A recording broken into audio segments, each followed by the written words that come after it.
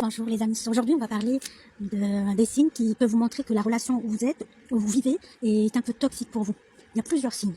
Alors le premier, c'est d'avoir trop de contrôle dans la relation.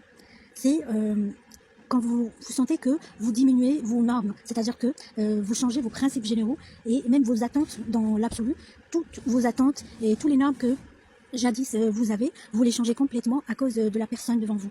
Alors c'est quand aussi vous vous sentez forcé d'accepter ce qui était auparavant pour vous tout à fait inacceptable, c'est que vous changez complètement vos normes.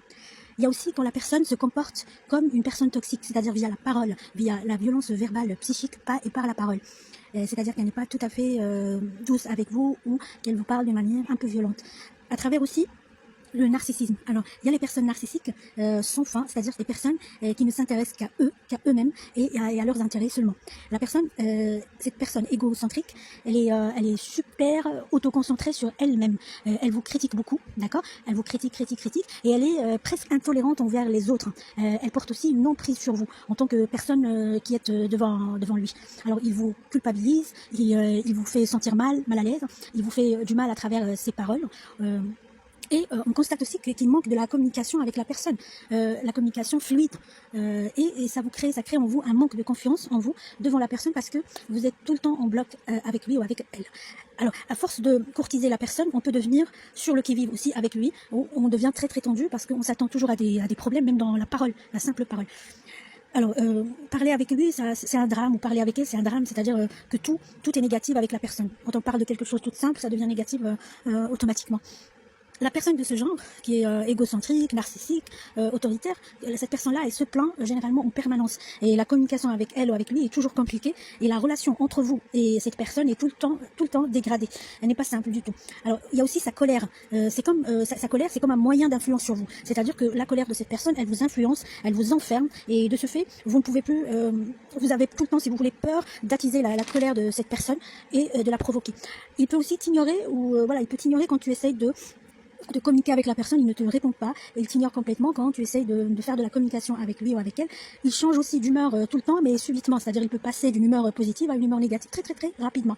Vous pouvez aussi vous confirmer à cause de tout ça à ses attentes et à prendre sur vous, juste pour effacer ou éviter la colère. Absence aussi d'empathie chez la personne, c'est-à-dire que c'est une personne presque insensible, elle affiche une attitude blessante, mais par la parole, par les gestes aussi. La personne égocentrique, narcissique et qu'on peut appeler toxique est mentalement forte. C'est une personne qui a de la culture, qui a de la puissance mentale.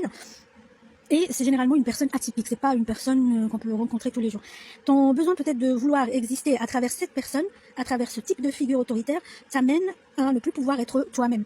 Toi, tu existes à travers cette personne, tu as besoin d'une personne autoritaire, et c'est en passant à travers ce comportement à la personne que toi, tu te sens exister, ou bien tu te sens capable d'exister, voilà, devant la personne, ou de se faire entendre, ou de se faire comprendre, ou de se faire encadrer.